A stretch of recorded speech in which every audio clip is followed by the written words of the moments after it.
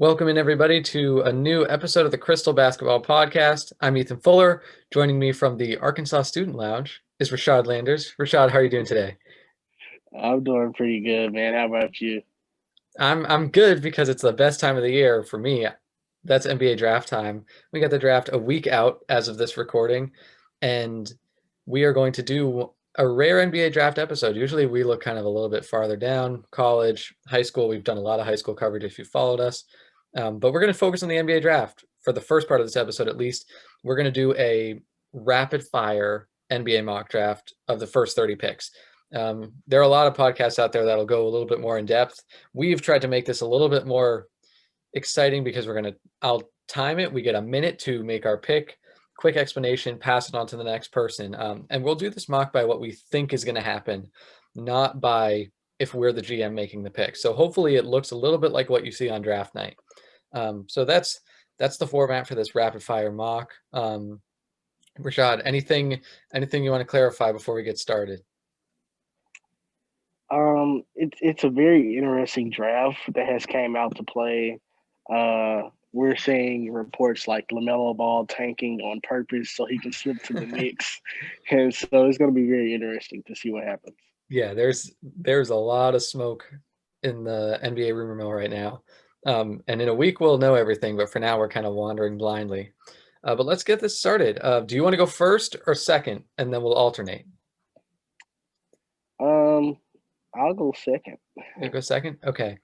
So I'll start. I'll put myself on a 1 minute timer, and we'll get this going. So I have the Timberwolves with the first overall pick. I am going to select LaMelo Ball.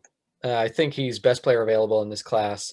Highest upside, obviously quite a high floor too, but just the value of LaMelo Ball to Minnesota, one as a marketing tool, just with Minnesota being Minnesota as a franchise, and then also assuming that they are still looking to kind of trade this pick and maybe get some more veteran help for Karl-Anthony Towns and D'Angelo Russell.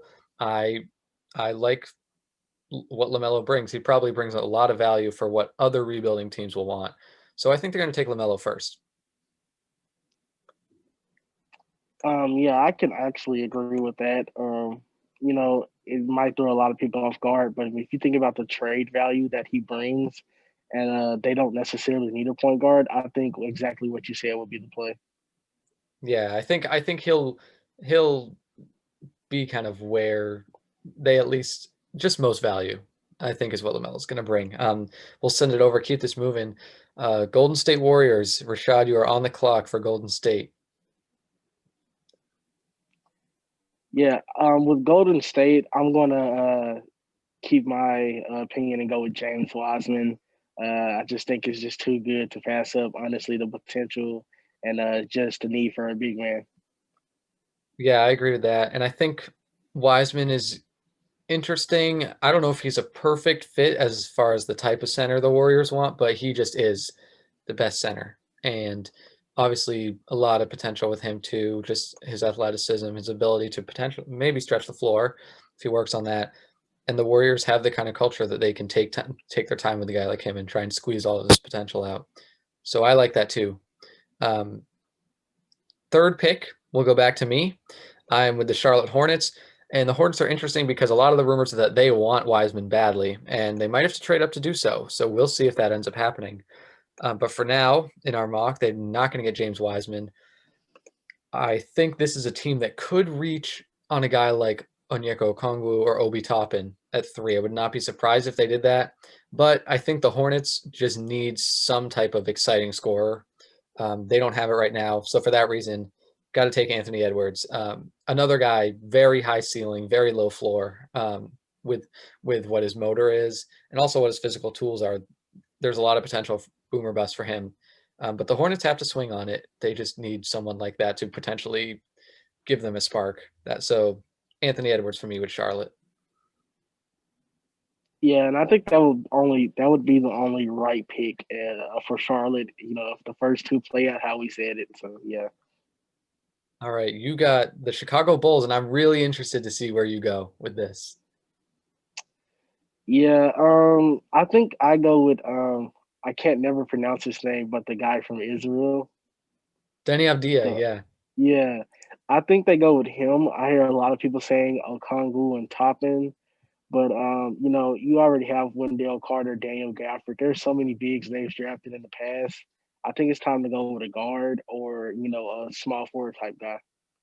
Yeah, I like Abdia too. He's a great defender, a very versatile player, gonna probably play between the small and power forward spots. Great passer too. Really, the only knock on him is that he has got a ways to go with his shooting. But honestly, I mean, think about who the Bulls have, like Larry Markkinen, Kobe White, Zach Levine. Like you got plenty of shooters around, and you can always fill out your roster with more of those.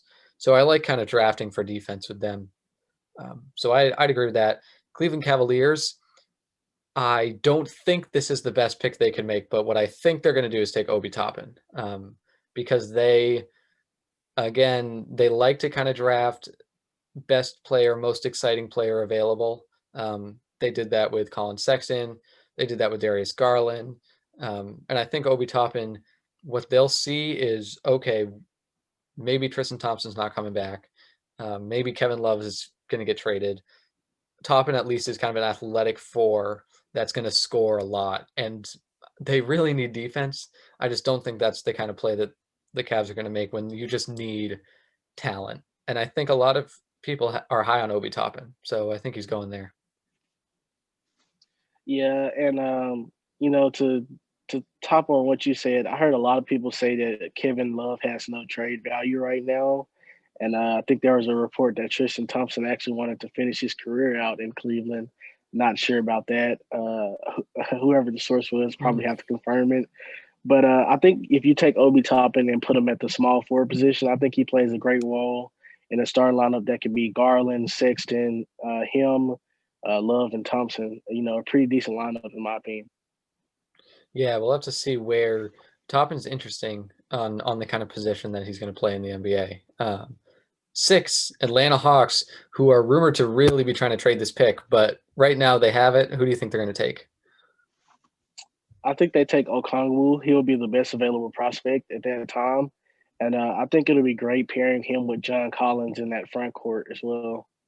Well, Clint Capella is there though, but Yeah, it's. I mean, I think Okongwu's got a higher ceiling than Clint Capella probably. I mean, Capella's great and all, but at some point, yeah, you also take best player available, especially if you're the Hawks. I mean, we've seen what they've done. They just draft prospect after prospect. So I could definitely see them taking a guy like Okongwu there. Uh, Pistons, I think they're going to take, based on all the rumors. The rumors are that they love Patrick Williams, from Florida State, and he's really risen on a lot of draft boards. Didn't produce a whole lot in college, but all of the attributes that he has are NBA attributes: shooting, defense, athleticism, floor spacing. There's a lot to like about him. I think it's a little odd that they go with Patrick Williams after they've already kind of swung on a high potential guy with Sekou Doumbouya last year, but it sounds like that's what they want. yeah, it sounds like the Pistons are trying to go to positionless basketball. You look at Luke Kennard and you look at Saku, and you got a guy like Patrick Williams. I think every time a guy drafts from Florida State, they're just looking at the 6'7" to 6'10" range that can play almost any position. Scotty Barnes, but I think that's where they play with the pick, and a lot of mock drafts have that pick, so I think you're right on spot with it. Yes, and one day we're going to do our full college basketball preview, and we will spend at least 25 minutes on Scotty Barnes just so that we can talk about him. I know you're excited. He's coming for sure. Uh, so that's Detroit. You got New York Knicks next. Who do you think? Um, After hearing the reports about a possible trade to get Chris Paul, I had Tyrese Halliburton, and I'm going to stick with that if they don't get Chris Paul. But yeah, I'm just going to say Tyrese Halliburton for right now. The Knicks are so unpredictable. It's a tough moment for the franchise right now. I think Tyrese Halliburton would be ideal, honestly. If you pair him next to RJ Barrett, you get someone who's safe. I mean, Tyrese Halliburton. I don't think he's going to be a superstar in the NBA, but he is a high floor. Like he's going to be at least a very solid rotation player, if not better, just because he's such a high IQ guy. Good length, can shoot pretty well.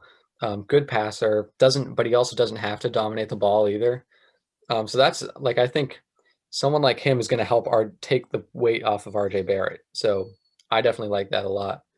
Um, yeah, Tyrese Halliburton, that's a good one. I think number 9, Washington Wizards, who love Okongwu. He's not there in our mock, so they're in a tough spot. I think they're going to take in this scenario. Hmm, I think they go with Devin Vassell, Florida State, another Florida State guy. I really like Vassell a lot. Like I probably would have him maybe top 5 on like a draft board. I'm a huge fan. I think his athleticism and creation ability is honestly underrated. And everyone knows him as the 3 and D guy. He's going to be a 3 and D guy in the pros, but I think there's more there. So the Wizards, you at least kind of have like John Wall, Bradley Beal, Vassell maybe at the 3, kind of can work in with Troy Brown. Then you have Hachimura, and then maybe they buy Thomas Bryant, maybe they don't. But I like Vassell a lot. Yeah, I honestly think that's the perfect pick for them. Sweet. Then we got Phoenix. Another interesting one because there are a lot of point guards out there. Who do you think they'll take? I think Phoenix goes with Killian Hayes. Depending on, I heard them talking about a trade for Chris Paul as well, potential trade. A lot of people going after Chris Paul after seeing what he did to OKC. But I think if they don't land Chris Paul or if they don't see it, there's no doubt they're probably going to go after Killian Hayes.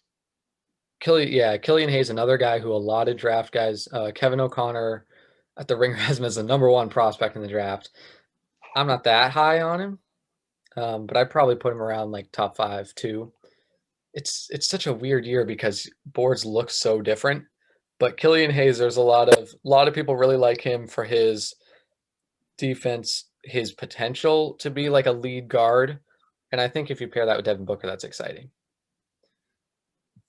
We'll go to number 11 now. That's me with the Spurs.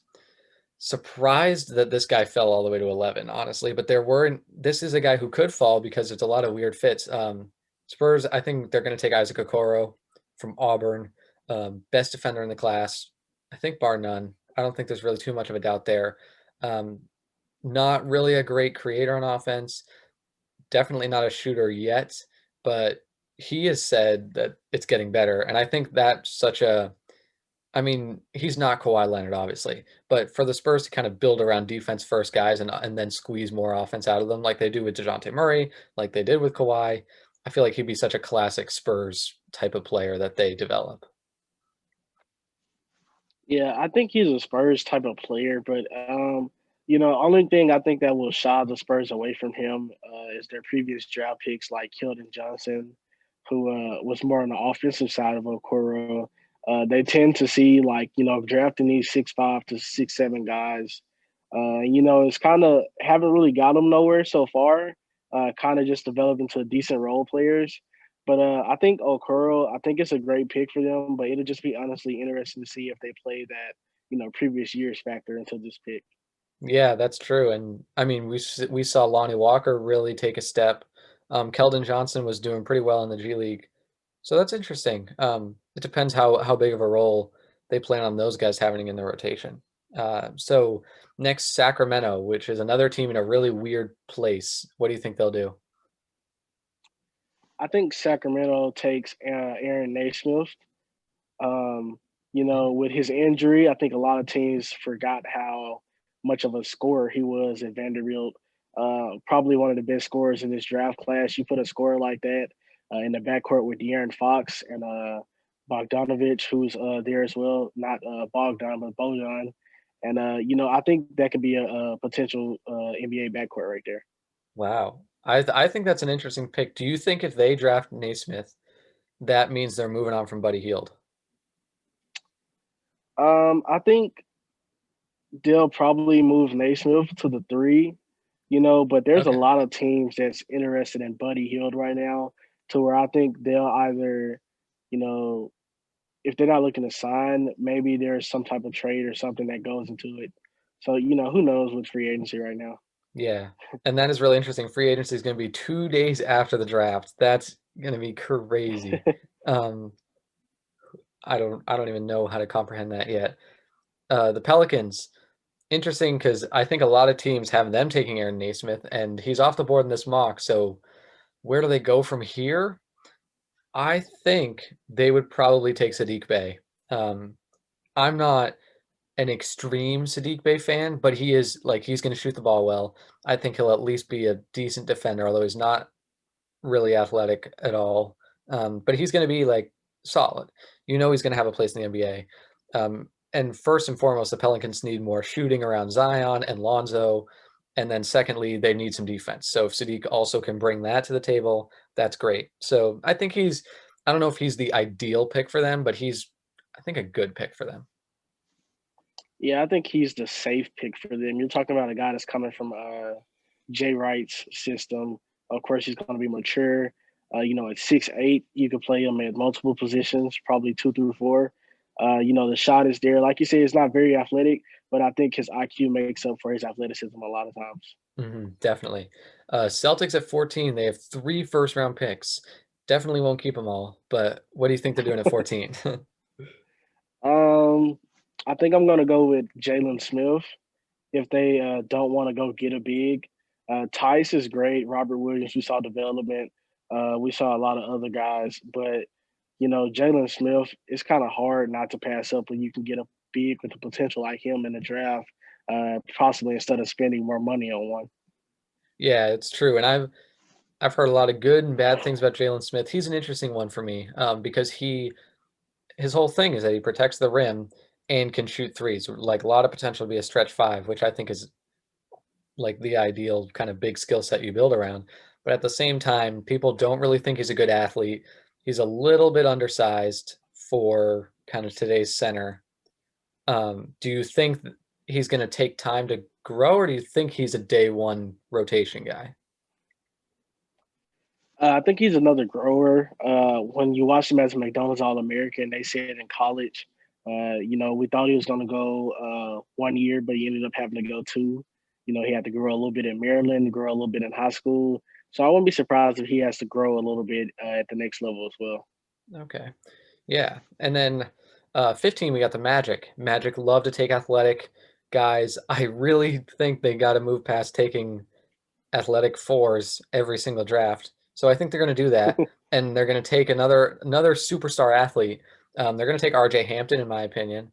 That's Ooh. who I've had them for a while, and I think with R.J. Hampton, the Steve Clifford factor is huge here. I mean, you saw what he did with Markelle Fultz last year. He turned him from barely an NBA player to he probably deserved to start on that team, although he still couldn't really shoot. Like he was not half bad with the Magic, and I think they're going to be able to do the same thing with R.J. Hampton, who's an elite athlete. And the biggest knock is that he just can't shoot consistently. And I think they'll be able to either get the most out of him or maybe fix that jump shot, which he's worked on a lot in the offseason. I like RJ Hampton a lot with the Magic. Yeah, I've been watching RJ since he was a freshman in high school, and got to see him a lot in person.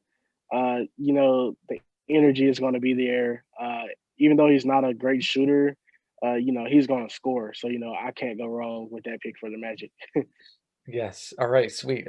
That's another one that I'll probably have in my actual mock. So I'm glad that lined up. Portland Trailblazers. Interesting drafting team. What do you think they'll do? I think they got fooled with the Nazir Little pick, who's been one of my favorite players for a long time. Uh, a lot of people had him at 6'7", but he's actually 6'5", so that kind of fooled them. So I think they go with Precious Achua, who's a legit 6'9", kind of the guy that they was looking for in Little. I think they actually go with Achua. They don't really need a backcourt; you need more front court mates. So I think Achua can play at that 3 or 4 position for them. Interesting. Yeah, Chu is going to be kind of like a versatile big, good defender. And I mean, you had guys on the Trailblazers like Zach Collins, who is great. He can stretch the floor, but they definitely, especially behind Yusuf Nurkic, they needed some help off the bench. Like Zach Collins was very up and down, and also got hurt a lot. So I like that pick. Minnesota again. Wow, I get to pick for the Timberwolves again. Um, I think they're going to take, as I'm kind of looking around, I don't know what they want to do here. I think they're going to take Tyrell Terry from Stanford, elite shooter, high, super smart, high IQ guy. And we don't just say that because he went to Stanford. Like he demonstrated, like he can play a very team-oriented game of basketball. Um, he's put on a lot of strength this offseason, although who knows like how much you buy that. Just getting a consistent shooter off your bench, especially for the Timberwolves who don't really have that, is going to be nice. So I think they're going to like Tyrell Terry a lot. Yeah, Tyrell Terry is a guy that I actually didn't watch a lot this year, but I've been doing a lot of research on him for the past couple of weeks. I heard his name a lot, and you can't go wrong with a Stanford kid. We don't see that a lot. Yeah, exactly. Mav's another interesting one. You have Luca as the centerpiece, but what kind of supporting cast? I think the Mavs goes with the hometown kid to provide some hype in Tyrese Maxey. Um, it's hard that Maxey is going to drop this far, so I think it's hard to even pass up on him if he does drop all the way to Dallas. Of course, you got Luca, the point guard, but you think about it, you got a scorer like Maxey who can play 1 and 2 as well. It'll be hard to pass him up, man. Yeah, Maxey honestly is great because he either is off the bench as a great six man option, or he's kind of your combo secondary scorer next to Luca, which they need, especially like in the starting lineup. I like that a lot. Brooklyn Nets, I think they're going to take, and this is a guy who draft Twitter loves, and I've come around a lot on. Desmond Bain, TCU guard. Um, Draft Twitter loves Desmond Bain. And I think even execs and scouts now realize like he's a top 25 guy. Um, Crazy range, um, like Damian Lillard type range. Like he can just shoot from anywhere, and is really pretty efficient too from those ranges. Great team defender, really hustles a lot. He's older, so his ceiling probably isn't that high, but he's going to be jumping into a championship caliber team right away, and he's going to be able to make an impact. Yeah, I think Desmond Payne. Yeah, I've seen that a lot too lately. He's exploded. You didn't hear a lot about him at first, but now closest to the draft, I'm hearing a lot about Desmond Payne. And this is a guy I watched a lot at TCU. I love TCU's program. A very big guy, NBA type body that we don't see, not from a length standpoint, but from a bulk standpoint. So it'd be interesting to see him. I think it's a perfect fit for Brooklyn, honestly. Yeah, I think they're gonna really like him there. At pick 20, defending Eastern Conference Finals appearance, surprisingly enough, but they have pick 20. So what do you think about Miami? I think Miami goes and go with Vernon Carey. I think it's too hard to pass up. You look at Miami from a backcourt perspective. I think they bring everybody back, so not really looking forward to a guard. But if you put a guy like Vernon Carey to back up Bam or put him alongside Bam, which is what they missed a lot, somebody to go along with Bam, I think that's the perfect fit for them. That is really interesting. Because a lot of people have Carey as more of a second round guy, but he produced as a freshman, but he also is not really kind of your modern center. Do you think he's the type of player that'll thrive in this game? Yeah, what a lot of people don't know about Vernon Carey is though he bullied a lot of people, you have to remember this is a lefty that had a lot of confidence in not only the mid range but the three, and it's very different skill set the way he played. Kind of played a face up instead of more of a post up game. So really, he just kind of put the ball in the bucket in many different ways, and of course, the defense is there because he can't be moved. Interesting. Yeah. I think that's an interesting pick. Then we got the 76ers coming up. They need guard scoring. This guy's fallen quite a bit, and I think they're going to probably scoop him up. Cole Anthony, um, UNC guard, struggled at UNC, no doubt about that. Um, I mean, but he was a top five recruit in high school for a reason. A lot of people thought he was the best high school player in the class.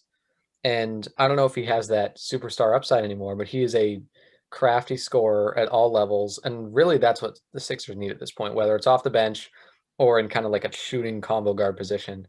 I think Cole Anthony is like just a nice fit, regardless of how well he reaches that high school ceiling. Yeah, and I think people shouldn't be fooled by Cole Anthony's season at North Carolina, strictly because I feel like he had all the pressure on him. You didn't see a lot of help. It was kind of just Cole trying too hard, in my opinion. So honestly, Philadelphia needs any type of guard, in my opinion. So you can't go wrong with that pick. Yeah, they have a lot of second round picks too. It'll be interesting to see if they keep those or kind of package them to get another first rounder or what they do. At 22, Denver Nuggets, who were in a lot of trades and traded away a lot of their young pieces. So interesting to see where they go from here.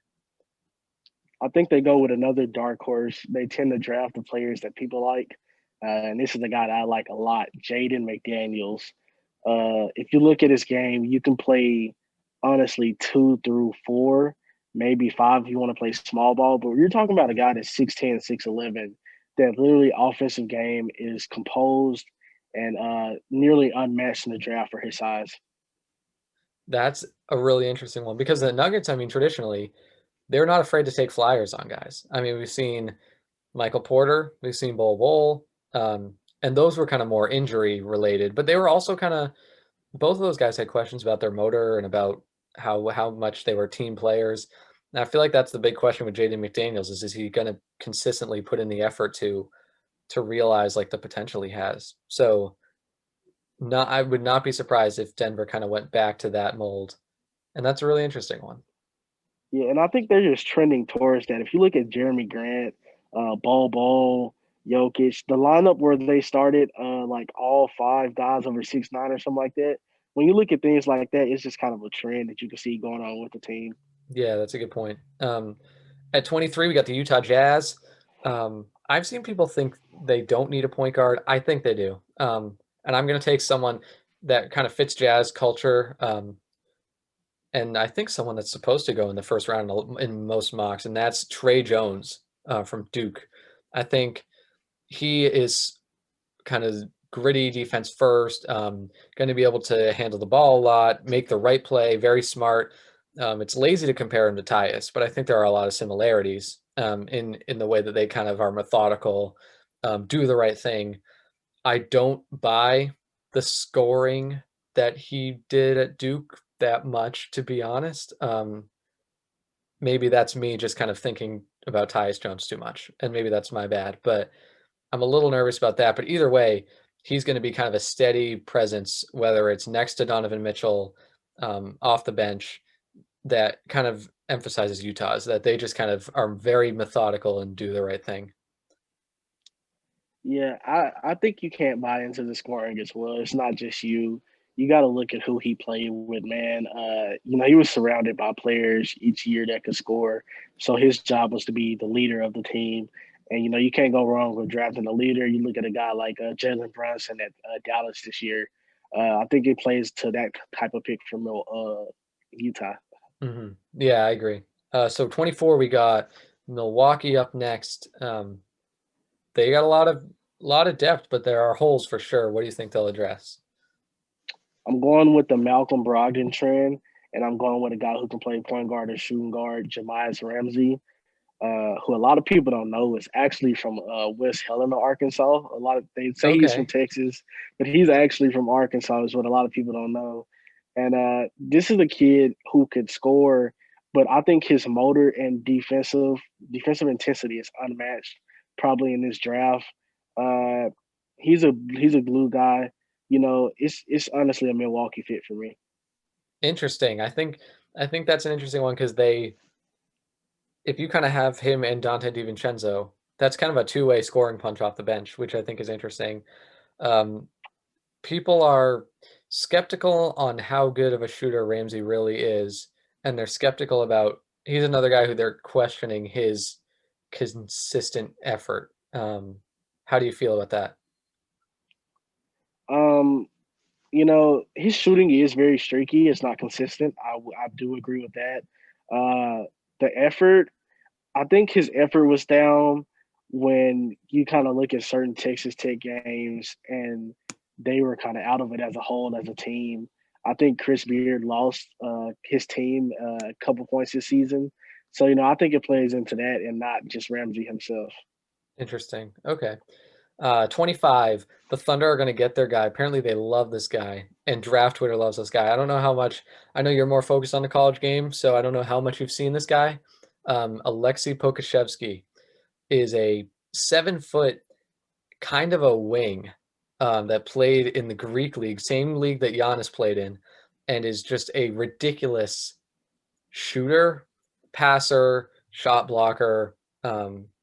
Crazy mobility, great feel, like can make some incredible passes and shots at 7 feet. He's also rail thin, also makes some crazy dumb plays quite often, but he has a lot of confidence.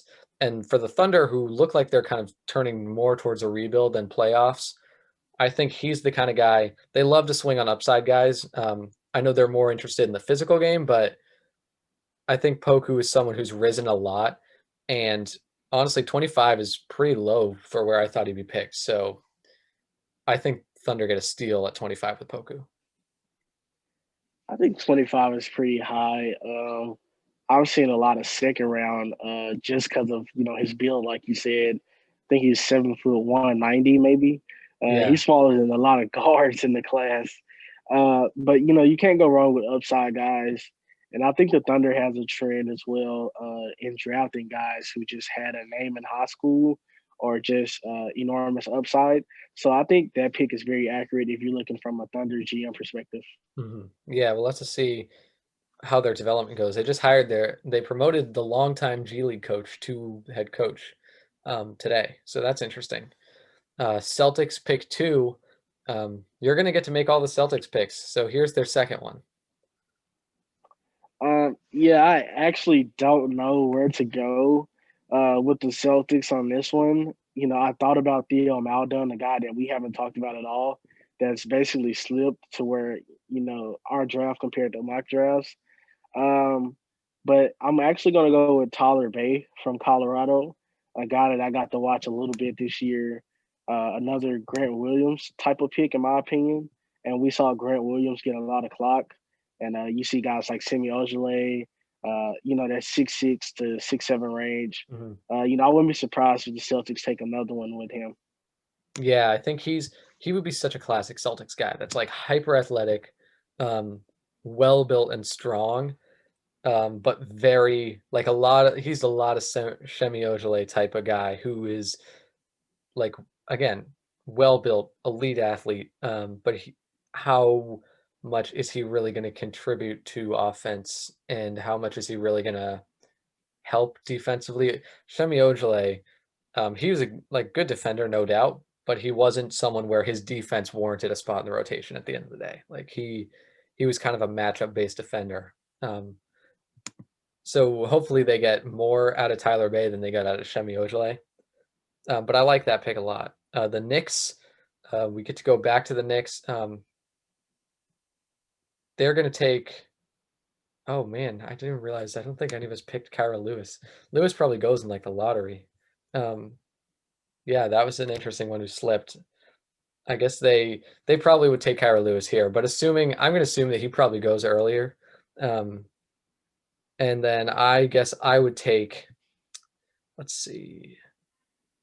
With the Knicks, I'm taking Malachi Flynn from San Diego State. Um, Great shooter, great playmaker. Another guy who the Knicks just need guard help so badly, and I think whether he's off the bench or maybe he becomes like a low end starter, Malachi Flynn is going to be someone who you can trust to run the ball, and is a proven winner. Makes shots at all levels, plays solid enough defense.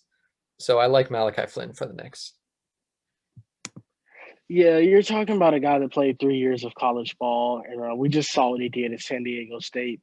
Taking a program like that, who was basically in the top 10 all year. Uh, you're getting a very solid guard. You know what you're going to get. Basically, you're getting a more mature guy. Instead of probably taking a shot on Kyra Lewis, who's a lot of his draft stock is because of how old he is. So I think that's a great pick for the New York Knicks. Honestly, and a solid pick at that. I like it. Defending champ Lakers are 28. You got it. I'm going with a guy that I covered a lot in Zeke Naji. You would probably say why with AD and Dwight Howard and JaVale McGee, but I think Najee kind of plays into what they wanted, where times you see JaVale McGee and Dwight not play at all. But I think Najee could actually play because you're talking about a guy that can stretch the floor deeply from that mid range position, what Dwight and JaVale couldn't do. So I wouldn't be surprised if they take a shot on another big like that. You know, just being able to stretch the floor and even having presence against AD instead of having Morris kind of play the five, which he's not really a five in my opinion. Yeah, that's an interesting one. And Najee is a guy I know you love a lot. He was a sleeper that we talked about in our first episode, and I think a lot of teams are liking him more. It seems like he's more of a first round bet than kind of the early second round, which is what we thought initially. So I like that pick, and I like the Lakers taking him because their bigs are interesting but kind of one dimensional outside of Anthony Davis. So that's a good one.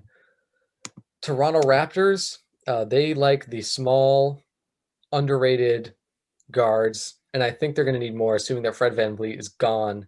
So I'm going to have them take Devon Dotson from Kansas. Dotson, super fast, lightning quick, going to be able to create a lot that way. But questions about his shooting, questions about is he going to be able to play defense because he's so small at the NBA level.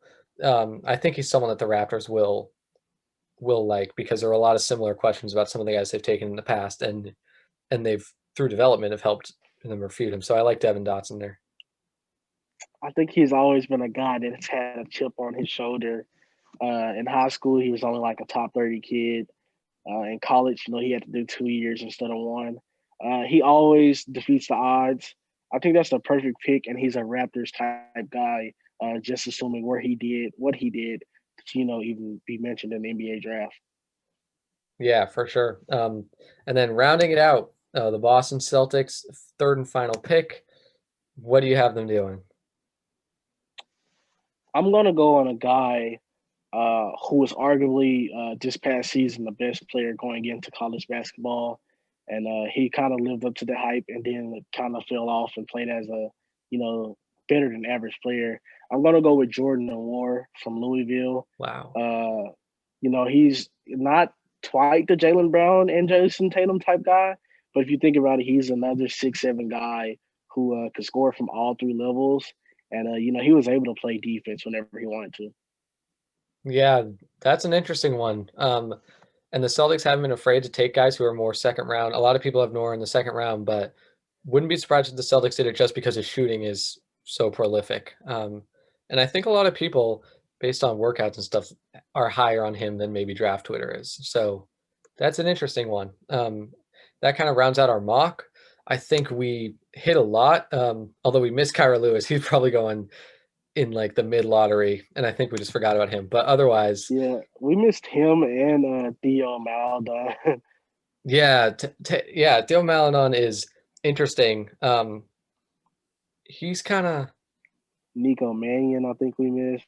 We missed a couple of guys. there are a couple of guys. I mean, this is an unpredictable class. I'd be surprised if Lewis fell this far.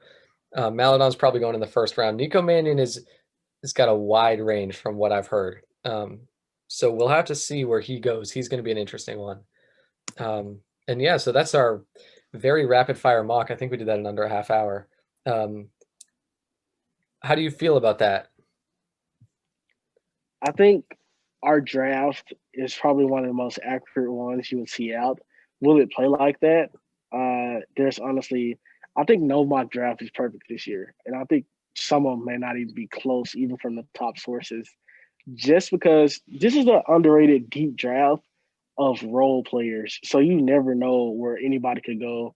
Because outside of that top maybe 15, it's a role player draft in my opinion, or a fill-in guy draft, and the top 15 is just like hit or miss on talent.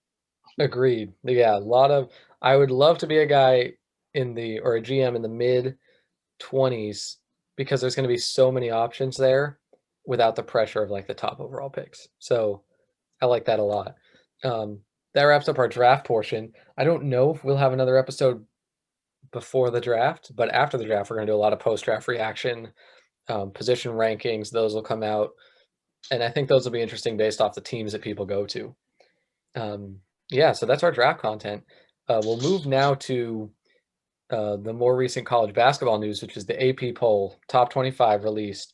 I know I was fired up about that. Rashad probably way more fired up than even I was, um, just because it means college basketball is really it's really getting here, and it means we can start kind of breaking down teams and rosters really. So I guess as I'll pull it up, I'm sure you already have it up. What's your Yeah. what's your biggest takeaway from from the AP top 25 immediate reaction? My biggest takeaway was seeing a lot of teams that I thought was going to be ranked going into the season, not ranked. For one, the University I-10, Arkansas. We saw Memphis. It was a lot of schools, man. LSU, Florida, Alabama, Indiana, Louisville, Auburn. We saw a lot of teams that, we thought were going to be ranked going into this year, and they're not ranked at all. Yeah, there are a lot of really surprised. There were a lot of schools that I was surprised were also in there. They weren't afraid to really swing on some of the less traditional schools. Like, for example, do you think Iowa is a top five team in the country? Yeah, I did a player. Well, I did teams breakdown. I'm starting a series on my personal channel, and Iowa was actually the last team I covered because I'm breaking the teams in five. Mhm. And you look at Iowa, who's arguably bringing back who's going to be the best player in college basketball this year, in Luka Garza, obviously Player of the Year candidate last year. The guy that averaged 24 points, 10 rebounds. You bring that back. He's older, but they're bringing back Jordan Bohannon. They're bringing back literally almost their whole starting lineup, and then all the guys on the bench as well. And you look at what Iowa did last year, upsetting some of the big teams. I honestly am not surprised that Iowa's top 10. Yeah, I mean, yeah, they were undoubtedly like super successful last year. Luka Garza going to come back and really propel them. Um, I guess I don't want to. I know you're running a series on your personal channel, so I don't want to take away too much and spoil a lot.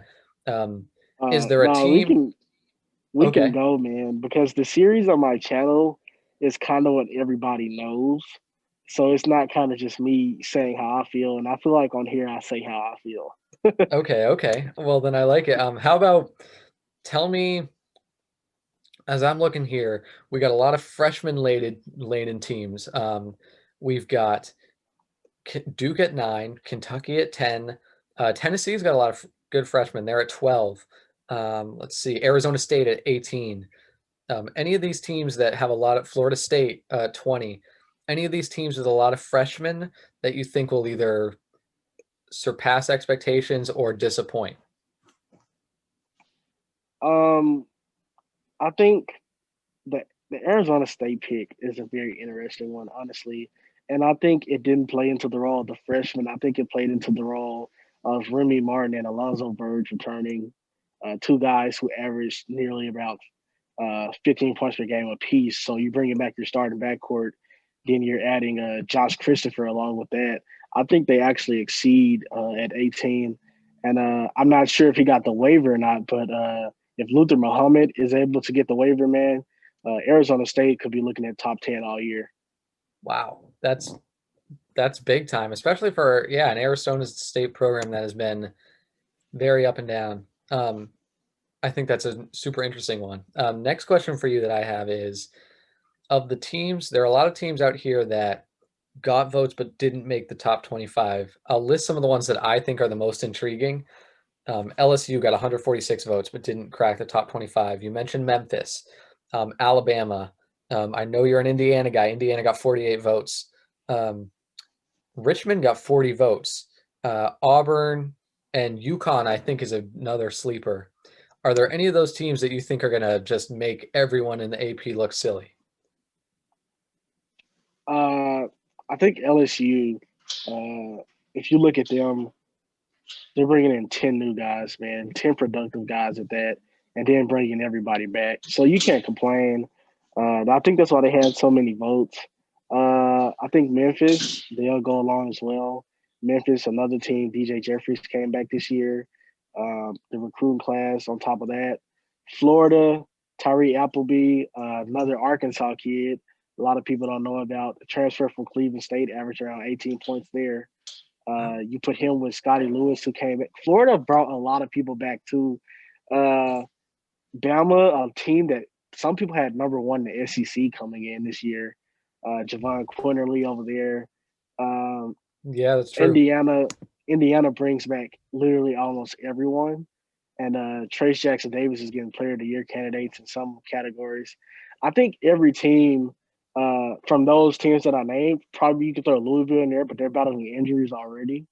But I think all those teams that I named, they could easily make the AP poll look silly. Wow. All right. That's a lot. There's a lot to break down, and especially with the way that non-conference looks for some teams and not existing for some teams, and then just a lot of it being kind of tournament based. This is going to be kind of a weird way to sort out for the first, honestly, month or two. Sorting out this AP poll is going to be hard. Um, I guess my last question for you is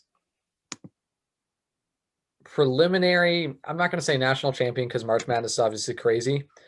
Preliminary guess at who's number one in the AP poll pre-tournament. Who do you think it's going to be? I think it's going to stay Gonzaga, honestly.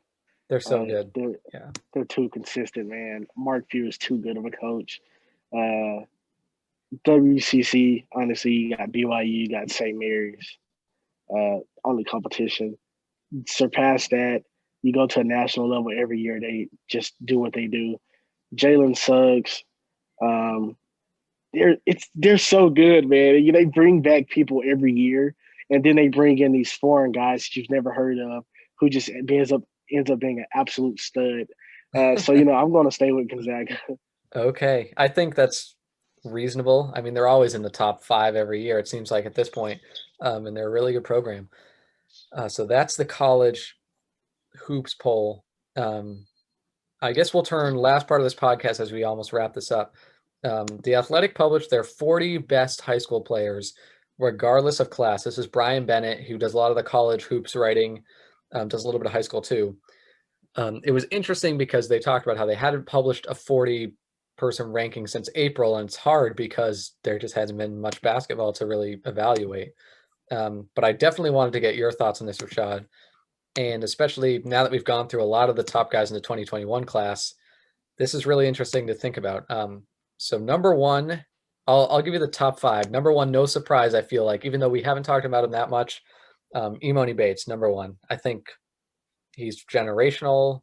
He's he's gonna be that guy. Um, we can kind of move on from him because that's really all you have to say. And then this is interesting. You talk about this is 2, 3, 4, 5. Was that second episode we did where we broke down the 2021 class. The ranking on here, they have Chet Holmgren 2, Pat Baldwin 3, Jabari Smith 4, Jaden Hardy 5. Um, how do you feel about that order?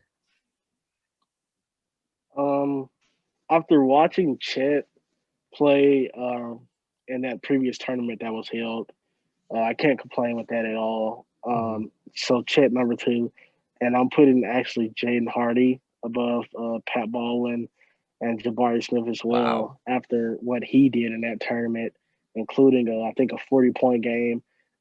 His scoring, it's honestly unbelievable. And then I'd go with Baldwin, and then I'd go with Jabari Smith based off of what we have so far. Yeah, that's interesting. And Hardy, yeah, I mean, that tournament, the Geico Top Flight tournament, um, really showed that he is the premier scorer in high school, and like it's easily translatable. Then they have the first non, so they have AJ Griffin 6, Paulo Banchero 7. I thought that was pretty low for Paulo, by the way. I think he's gotten a lot better. Um, like I'm very, very high on him now. Like borderline, I'd put him over Pat Baldwin for number one. Like I'm, I like Paulo a lot. Um, and you know how I am about AJ Griffin. But the other next interesting note is at 8 and 9, they actually 8, 9, and 10. But we'll start at 8 and 9. They have Dior Johnson and Jalen Duran. class of 2022. How do you feel about that?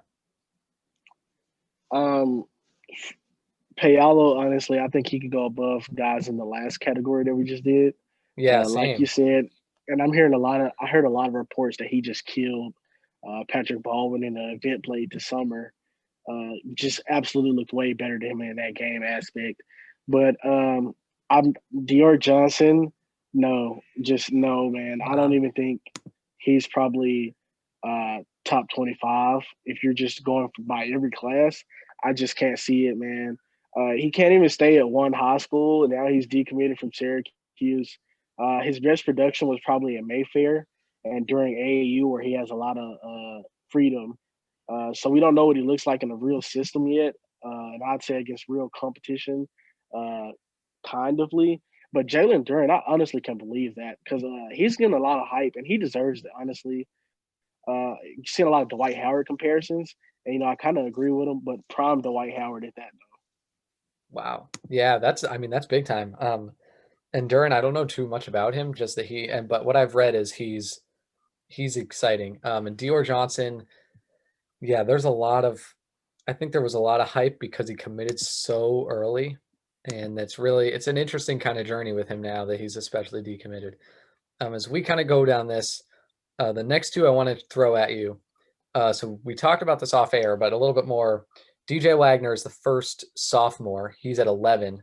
Um, then as we kind of move down this list a little bit, another interesting one that I wanted to ask you about is they have that we've talked about these point guards and combo guards. They have Hunter Salas at 19, JD Davison at 20. So first question for you is DJ Wagner this good now? And then my second question is who's better between Salas and Davison? Yeah, DJ Wagner is actually this good now, just based off the competition that he's played and the numbers that he produced. And a lot of people forget that he's the son of an NBA player, so his talent and his training is probably way different than a lot of people are getting right now. Um, and I'm going to stay with Salas over Davidson. I think Salas is more complete than Davison. Davison is more of the hype guy, but Salas is more of the you put him on the court and you can see what he can do. So I'm going to go with that. Yeah, I think I'd agree with that. And I like Wagner a lot. I've only watched him in person one time, and he struggled. Honestly, I think he went 7 for 22 from the field. Like it wasn't his best game, but like you can just tell, he's such a fluid player. Like he feels comfortable, and that was when he was a freshman at a public school playing against like some of the best schools in the country. So I'm a big fan of DJ Wagner already, and it's tough because he's interesting because he isn't a mixtape guy. Like I think a lot of people were surprised when he was number one over Mikey Williams, over whoever else you want to name from that class. Um, so that was really interesting, but I think he's earned it. Let's see what's going next. Okay, your guy who you love more than anyone else I know, Mike Foster is at 24. Um, and I know that he just dunked all over pretty virally some people at I think it's Pangos that they were just at. Mike Foster at 24. What do you make of that? I think it plays. I think it plays into. Um, I think it's just people not believing in him. uh, I think it's shot selection, man. You look at his shot selection; it's just very different than any other prospect in this class. And I think motor as well, shot Hmm. selection and motor is what led them to believe that. But they had to put him in there, and obviously in the upper 20s because of talent. Yeah. Okay. I mean, it makes sense. And I think that's been the biggest thing is he just got to be a little bit more disciplined. So we'll see with that. My two guys I was excited to see on here and two guys I'm really high on, both from 2022 class, Jarris Walker and Brandon Huntley Hatfield are two guys I absolutely love. And I'm so sad that BHH is not on IMG anymore. But um, Jarris Walker is, I think, crazy. He's 6'8", 235 as a junior and can already score from all three levels and is like a crazy athlete. I'm I'm such a huge fan of him. And then BHH, he is just like he's already an elite stretch four. I think he's just so translatable, and I like his game a lot too. Yeah, Jerace Walker. A lot of people don't know this, but there's Scotty Barnes, and then there's him for me. Uh, some people did know that.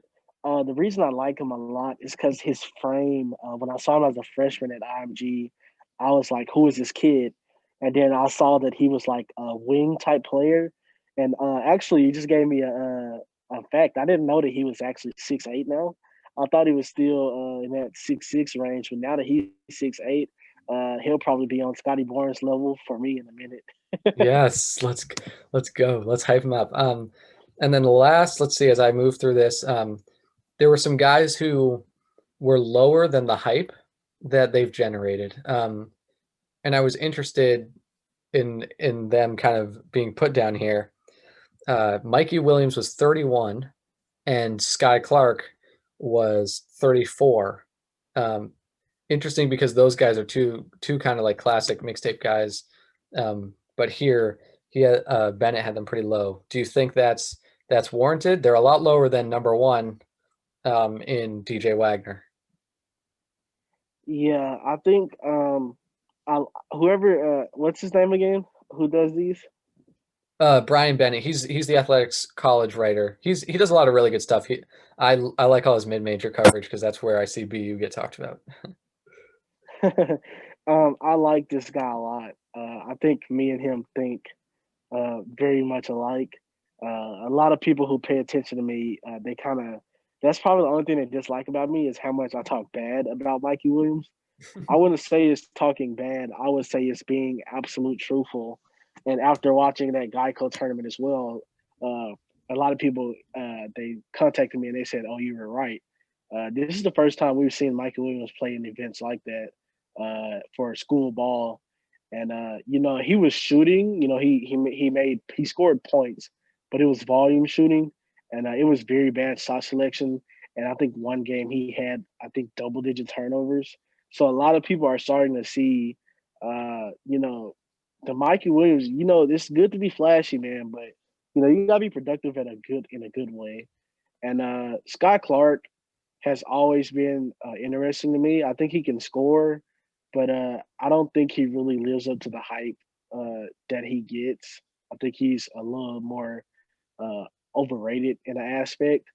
Don't get me wrong. Yes, he's probably one of the best point guards and scorers in his class, but a lot of the hype that I see, I don't get it, man.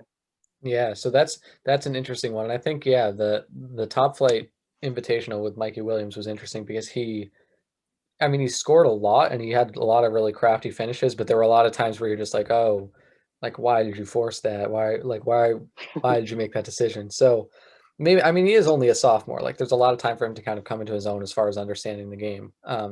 But we'll have to see where he Yeah, goes. I think he's going to be humbled a little bit when he steps up to the next level of competition.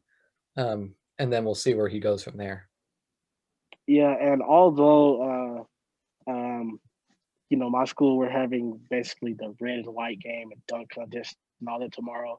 There's an event I think a lot of people should watch. I think you know what I'm talking about, the quadruple hitter on ESPN2. Oh, I'm Uh, watching it's that an for sure. Yeah, it's another tournament where you'll get to see a lot of guys that we talk about in this high school game. Get to see them match up against competition. So I really suggest you guys check that out. Awesome. Yeah, I mean you got Imoni versus Chet in that matchup, right? Like there's going to be so many Yeah. good ones. Um yeah, I guess that kind of wraps up this episode. We went NBA, college, high school. I mean, covered all the bases that we usually cover here on the podcast. So that was good. We'll be back probably after the draft with some thoughts. Anything important that I missed, Rashad? I think we pretty much covered everything, honestly, man. Yeah, this is one of our widest arcing episodes. So psyched for that. Psyched for the NBA draft too. You can follow us on Twitter at Podcast Crystal, Instagram Crystal Basketball Pod. We got TikTok too. Got YouTube. If you check out Rashad's YouTube, and then Crystal Basketball Podcast also has a YouTube. Um, and yeah, check out all our content there. Otherwise, that's it for this episode Thanks so much for joining us. We'll see you after the draft.